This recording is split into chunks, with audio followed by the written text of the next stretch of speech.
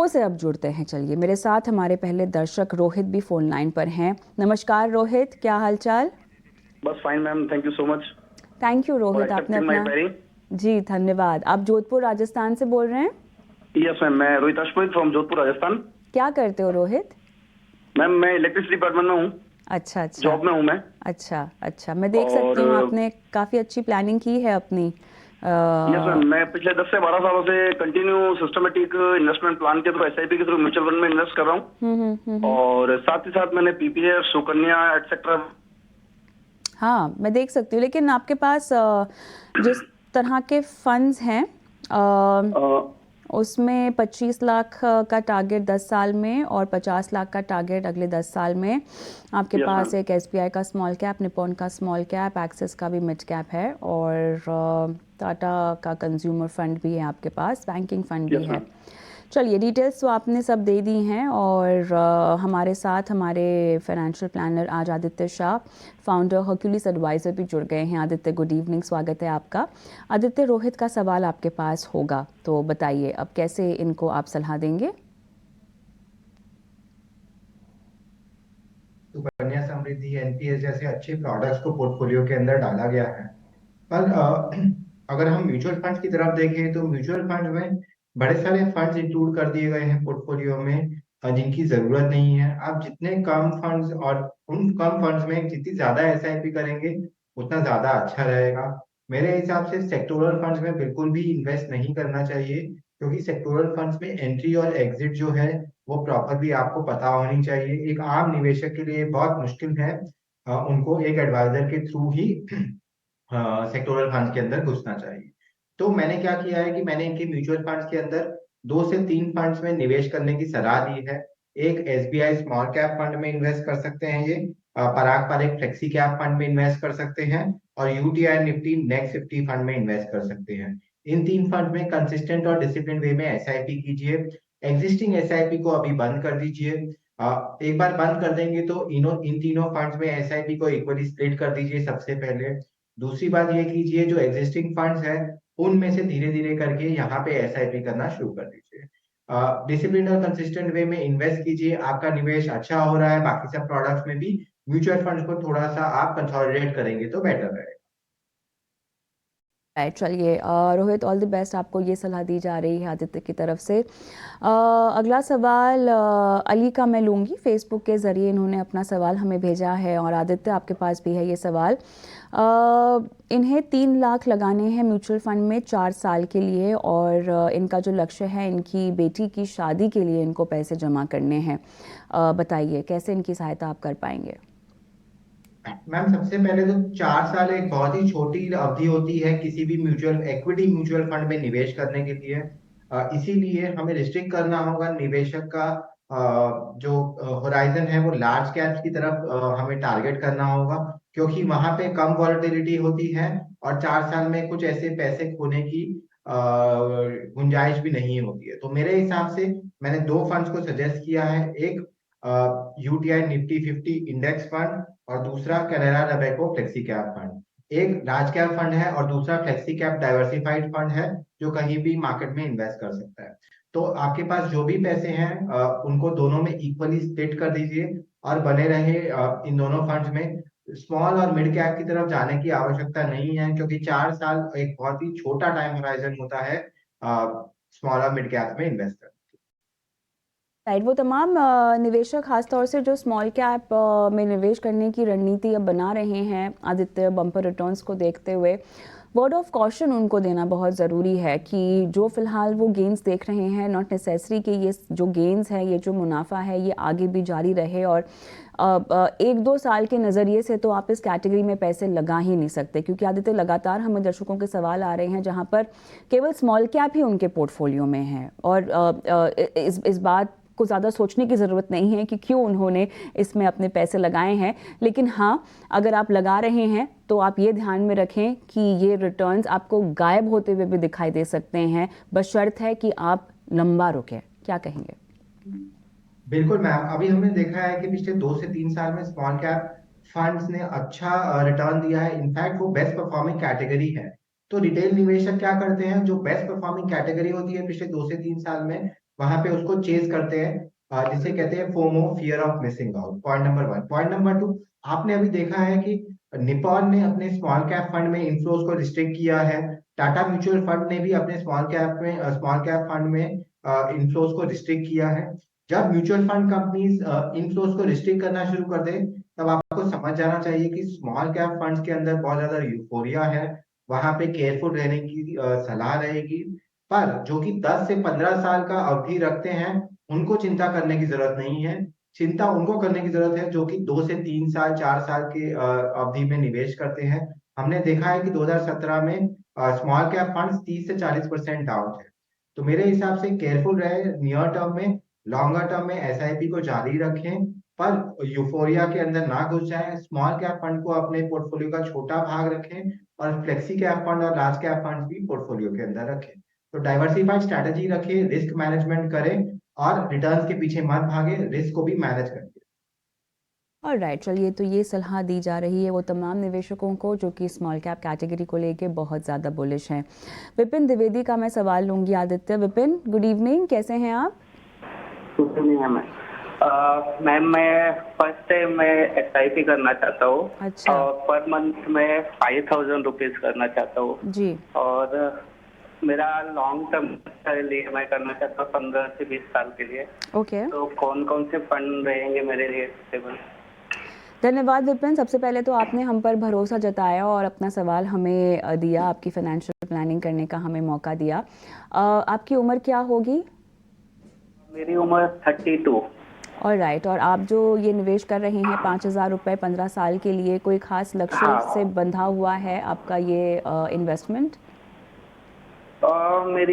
मेरे बच्चों के लिए, मैं अभी जस्ट मेरे मैरिड हुए, मेरे बच्चे अभी पढ़ाई कर रहे हैं, उनके लिए, एजुकेशन के लिए। तो 15 साल के बाद तकरीबन कितना आपको लगता है कि ज़रूरत पड़ेगी पैसों की? मुझे चाहिए था कम से कम 20 लाख रुपीज। 20 लाख रुपए कम से कम। चलिए, ठीक है। मैं जानना चाहती हूँ कि आप 5000 से शुरुआत तो कर रहे हैं, बहुत अच्छी बात है। आगे क्या बढ़ाने की भी सूरत में होंगे राशि को? हाँ, आगे मैं बढ़ा सकता हूँ। ठीक। Alright, alright. आदित्य, बताइए क्या सलाह होगी विपिन के लिए? सबसे पहली बात तो मैम, निवेशक यंग स्टार्ट कर रहे हैं, तो निवेशक को सबसे पहली बात ये ध्यान रखनी होगी कि डिसिप्लिन और कंसिस्टेंट वे में निवेश करना जरूरी है। हर महीने लगातार अगर 10 से 15 साल तक निवेश करो, तो कुछ फायदा हो सकता है। Point number 1। Point number 2 is, equity में जो रिटर्न है वो 10-12 मैक्सिमम 14% से ज्यादा का उम्मीद नहीं रखनी चाहिए। ये रिटर्न हमने देखा है कि कंसिस्टेंटली पिछले 10 से 15 साल में इंडिया में आया है। पॉइंट नंबर 3, इन्होंने जो 5000 रुपए बताया, मैं 2 फंड सजेस्ट करता हूँ। एक फ्लेक्सी कैप फंड, पराग पर एक फ्लेक्सी कैप फंड, और क्योंकि इनकी लंबी अवधि है, 15 साल की अवधि है, तो एक स्मॉल कैप फंड भी सजेस्ट कर देता हूँ, SBI स्मॉल कैप फंड। तो इन दोनों फंड्स के अंदर नियर टर्म में आपको कोई रिटर्न की गुंजाइश मत रखिए। लॉन्गर टर्म में आपको अच्छा कंसिस्टेंट डिसिप्लिन वे में अगर आप निवेश करेंगे, तो आपको रिटर्न मिलेगा। और नियर टर्म में अगर आपको कभी भी दिखेगी इन फंड्स में फॉल है, तो SIP को आप बढ़ा भी सकते हैं। मेरी सलाह रहेगी कि हर साल एटलीस्ट 10% से अगर आप SIP बढ़ाते हैं, तो आपके लिए बहुत फायदेमंद रहेगा। विपिन, आपको सलाह समझ में आई? कुछ पूछना चाहते हैं आप? यस जी, पूछिए। Thank you. ऑलराइट, ऑलराइट, धन्यवाद विपिन, आपने सवाल भेजा। अतुल देशमुख का सवाल मैं लूँगी, और इन्होंने जो सवाल भेजा है आदित्य आपके पास भी होगा। इन्होंने अपने खर्चों की डिटेलिंग दी है। सबसे पहले तो 40,000 रुपये की इनकी सैलरी है, और होम लोन EMI जो है इनकी जा रही है 9,500 रुपये, और एक 6,640 की भी इनकी EMI है। पर्सनल लोन EMI 10,000 की चल रही है। ओवरऑल जो खर्चा है सब EMIs का वो लगभग 26,000 का है। 10,000 का ये कह रहे हैं कि निवेश कर पाएंगे, और इनको अपने लोन से छुटकारा चाहिए, और इनको टैक्स बेनिफिट भी चाहिए अपने निवेश पर। तो आदित्य, ऐसे बहुत सारे लोग हैं जो निवेश का रास्ता अपनाना चाहते हैं, अपने ऊपर जितना भी कर्ज है उसका छुटकारा पाने के लिए। मेरे साथ अतुल फ़ोन लाइन पर नहीं है, वरना मुझे जानना था कि ये पर्सनल लोन और बाकी तमाम लोन की इनकी अवधि क्या है। बहरहाल 26,000 तो ये ऑलरेडी पे कर रहे हैं, अब उसके अलावा 10,000 की ये SIP करना चाहते हैं। काबिल तारीफ़ है कि इतना खर्चा इनके ऊपर ऑलरेडी है, उसके बावजूद भी अच्छी खासी रकम बचा पा रहे हैं इन्वेस्टमेंट के लिए। तो काफ़ी जी तोड़ मेहनत कर रहे हैं, अपने आप को स्ट्रेच कर रहे हैं आदित्य। तो अब बताएं हमें कि एक तरफ निवेश की राशि 10,000 और एक तरफ EMI, सब EMI 26,000 रुपये, कैसे तालमेल बैठेगा, कैसे ये चुका पाएंगे? मैम मेरे हिसाब से आपके ऊपर जो लोन होना चाहिए वो घर का लोन होना चाहिए, क्योंकि वो एक बहुत ही जरूरी चीज है आपके लिए। उसके अलावा अगर आपके पास कोई पर्सनल लोन है या कोई और तरीके का लोन है, तो सबसे पहले आपको अपनी फाइनेंशियल प्लानिंग को इवैल्यूएट करना चाहिए कि उस चीज की आपको जरूरत है कि नहीं है। यहाँ पे जो निवेशक है उनके पास दो तरीके के अलग लोन हैं। उन्होंने स्पेसिफाई नहीं किया है कि वो किस तरीके के लोन है, तो वो स्पेसिफाई करेंगे तो बेटर उनको एडवाइस दे पाएंगे। मेरे हिसाब से होम लोन के अलावा और कोई भी उनके पास लोन नहीं होना चाहिए। Point number 1। पॉइंट नंबर 2 ये है कि अभी उनके पास 26,000 रुपए की वो EMI पे कर रहे हैं। मेरे हिसाब से दो स्ट्रैटेजीज वो अप्लाई कर सकते हैं। स्ट्रैटेजी नंबर 1 ये रहेगी कि वो जो 10,000 रुपए वो एक्स्ट्रा कमा रहे हैं वो EMI में बढ़ा दे और एक एक करके उनके जो लोन है उनको खत्म कर दे जाए। मेरे हिसाब से ये स्ट्रैटेजी ज्यादा बेटर रहती है, क्योंकि 9% जो आपके ऊपर ब्याज दर है वो तो हमेशा लागू ही रहेगा, पर इक्विटी मार्केट्स में जो रिटर्न होता है वो कभी गारंटीड नहीं रहता है। दूसरी स्ट्रैटेजी ये हो सकती है कि वो 10,000 रुपए हैं वो दो फंड में इन्वेस्ट कर सकते हैं। एक फंड नंबर 1 पराग पारिक फ्लेक्सी कैप फंड और UTI निफ्टी 50 इंडेक्स फंड। इन दोनों फंड में इन्वेस्ट कर सकते हैं और उनको रिटर्न 10 से 12% के आसपास ही मिलेगा। और जो पैसे मिले धीरे धीरे उसको धीरे धीरे अगले 5 से 6 साल के अंदर अपने लोन को रीपे कर सकते हैं। पर मेरे हिसाब से स्ट्रैटेजी नंबर 1 ही अच्छी रहेगी। होम लोन के अलावा बाकी सारे लोन्स को आप रीपे कर दीजिए और उसके बाद जो आपके पैसे बचेंगे EMI वाले उसको निवेश करिए। मैंने दो फंड आपको बता दिए हैं जहाँ पे आप निवेश कर सकते हैं, और आपके ऊपर है अगर आप स्ट्रैटेजी नंबर 2 भी यूज करना चाहते हैं। अच्छा आदित्य, ये बताएं कि अब अगर इनको इतनी जल्दी छुटकारा पाना है अपने लोन्स से, अपने कर्ज से, तो क्या ये मौजूदा समय अगर ऐसा कोई निवेश है जो ये रिडीम कर सकते हैं, उसे रिडीम करके क्या अपने लोन को चुका देना चाहिए, खासतौर से पर्सनल लोन को? बिल्कुल। पर्सनल लोन या बजाज का इन्होंने फ्लेक्सी लोन जो कहा है, आई थिंक वो किसी कंजम्पशन चीज का लोन होगा। मेरे हिसाब से वो चीज के ऊपर उनको स्पेंड नहीं करना चाहिए था, क्योंकि उनके पास ऑलरेडी एक होम लोन है। पर अब उन्होंने कर दिया है। फाइनेंशियल प्लानिंग के नजरिए से हम यही कहते हैं कि लोन के ऊपर ब्याज दरें तो कायम हर साल रहेगी, पर इक्विटी मार्केट में रिटर्न जो है वो कायम नहीं रहेगा हर साल, जो वो सवाल फ्लक्चुएट पूछा करता उसका है। जवाब देना। अच्छी स्ट्रैटेजी ये रहेगी कि सबसे पहले होम लोन के अलावा बाकी जो दो लोन है उनको प्रीपे करने की कोशिश करें। अगर आपके पास कुछ म्यूचुअल फंड इन्वेस्टमेंट है या कुछ FD हाँ नहीं, वो तो इन्वेस्टमेंट है समझा मुझे, मैंने अभी इसको जो पूछा वो ये उसका कर जवाब नहीं दीजिए दे रहा है। और बाद में निवेश करना शुरू कीजिए। चलिए आगे बढ़ते हैं, हमारे साथ मधु फोन लाइन पर है। नमस्कार। हेलो। हाँ जी, सवाल मैम। पूछिए जी। हेलो मैम, मैं 2 फंड में इन्वेस्टमेंट कर चुकी हूँ। मुझे 15,700 मिड कैप और लार्ज कैप में इन्वेस्ट करना है, तो उसके लिए मैं क्या कर सकती हूँ? आप कोई एडवाइस देंगे मुझे? ऑलराइट, धन्यवाद, अपना सवाल आपने हमें भेजा। आदित्य, आपके पास है इनका सवाल, अब बताइए। 2 फंड्स में 2021 से जो है ये निवेश कर रही हैं, अब इसके अलावा लार्ज और मिड कैप में भी इनको निवेश करना है, बताइए। मैम मेरे हिसाब से सबसे पहली बात तो निवेशक ने अपने गोल्स नहीं क्लियर किए हैं। वो उनको गोल्स को क्लियर करना चाहिए कि वो क्यों निवेश कर रहे हैं, सबसे पहली बात। दूसरी बात, निवेशक ऑलरेडी एक बढ़िया लार्ज कैप फंड और एक बढ़िया फ्लेक्सी कैप फंड में इन्वेस्ट कर रहे हैं, तो मेरे हिसाब से कोई मतलब नहीं बनता है कि एक और large and mid cap fund को इंट्रोड्यूस किया जाए पोर्टफोलियो के अंदर। वो सिर्फ निवेशक का एक्सपेंस रेशियो बढ़ाएंगे और उनकी निवेश जो है वो 3 फंड में बिखर जाएगी। तो मेरे हिसाब से एक बेटर स्ट्रैटेजी ये रहेगी, उनके पास जो भी फंड है उनको इक्वली इन दोनों फंड्स में स्प्लिट करके SIP को इंक्रीज कर दे, ताकि एग्जिस्टिंग फंड्स में निवेश बढ़ता रहे और एग्जिस्टिंग फंड्स के जो रिटर्न्स है वो आपको मिलते रहे। मेरे हिसाब से न्यू फंड्स मत ऐड कीजिए, इन्हीं दोनों फंड्स में आप अपने निवेश को बढ़ाते रहे। ऑलराइट, चलिए ये सलाह मधु के लिए, लेकिन आखिरी दर्शक का सवाल है, उससे पहले आइए रुक कर लेते हैं निवेश के गुरु मंत्र की ओर।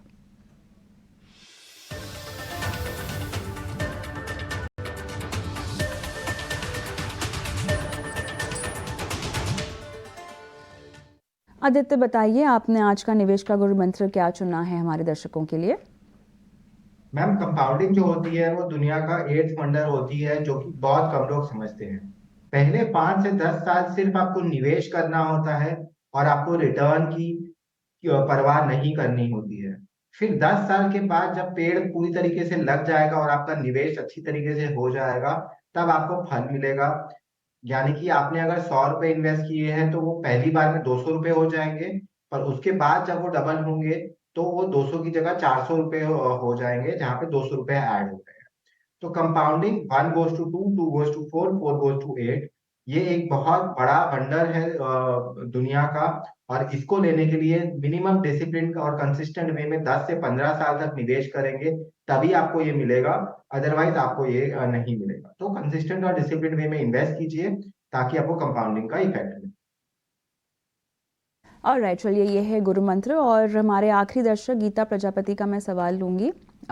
इन्होंने Nippon small cap, Kotak emerging equity और पराग पारिक के फ्लेक्सी कैप में पैसे लगाए हुए हैं 8 साल में 30 लाख रुपए, और इन्हें लगभग 1.26 करोड़ का कॉर्पस जो है वो जमा करना है। स्टेप अप भी करेंगी ये अपनी SIP की, अपने निवेश राशि की, बताएं। मैम 5,000 रुपए का अगर वो निवेश करेंगे और मैं 10 से 12% का भी रिटर्न अज्यूम करूं, तो निवेशक अपने गोल को नहीं रीच कर पाएंगे। मेरे हिसाब से मिनिमम 25 से 30,000 रुपए की SIP करेंगी तो ही वो गोल को रीच कर पाएंगी। प्रेजेंट एज में अगर मुश्किल है उनके लिए SIP करना, तो दो तरीके से वो अपने गोल्स को रीच कर सकती है। या तो 10% से अपनी SIP को बढ़ाइए, या फिर अपने गोल को थोड़ा आगे ले जाइए। 15 साल में वो गोल अचीव नहीं होगा, सबसे पहली बात। दूसरी बात, जो आप फंड्स में निवेश कर रही हैं वो सब बढ़िया फंड्स हैं, इनमें चेंज करने की बिल्कुल भी जरूरत नहीं है। इनफैक्ट कोई नया फंड बिल्कुल ऐड करने की जरूरत नहीं है। जो भी एग्जिस्टिंग आपके पैसे ज्यादा बचेंगे उनको इन्हीं 3 फंड्स में SIP करने की जरूरत है। तो SIP के निवेश को बढ़ाइए, एग्जिस्टिंग फंड्स में इन्वेस्ट करते रहिए, और इसके अलावा आपको कोई प्रॉब्लम नहीं होगी। डिसिप्लिन और कंसिस्टेंट वे में इन्वेस्ट।